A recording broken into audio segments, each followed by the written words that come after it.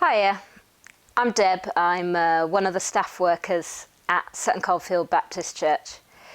I grew up in Brazil, as a lot of you will know, and at the time our house was one of the few houses that had electricity in our community.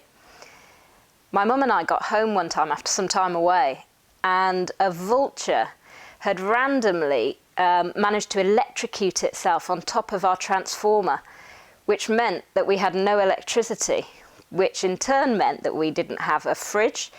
We were going to run out of running water because there was no electricity for the pump to get water into our tank. And we had no computer. The phones were running out of charge, so we weren't going to be able to be in touch with people. And to top it all off, our car had broken down on the way home. And so we'd actually got home in a taxi and now had no way of going to the local town to get more food. And my dad, who's the practical one, wasn't home at the time. He was away doing some other work.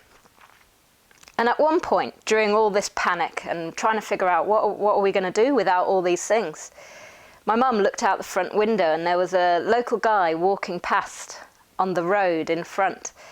And he stopped and he just stared at this vulture and was looking at it for a while. And it struck my mum. She thought, you know what? This guy's never had electricity in his house, let alone a fridge or a car or a computer. And it's weird, isn't it? We get in a panic about all these things that loads of people around the world live without for the whole of their lives. It's interesting how it takes losing things to actually appreciate them too. I've never felt so pleased to see our supermarket delivery man as I did the other night when he knocked on our door. And I felt challenged earlier today when I was reading this verse in Ephesians. There's a whole passage in Ephesians chapter 5. And at the end of this passage, it finishes with this verse in Ephesians chapter 5, verse 20. Always give thanks for everything to God the Father. And I was thinking about everything that's changed, stopped, or that's unavailable at the moment. But then I caught myself, actually, there's loads of people around the world that don't normally have these things.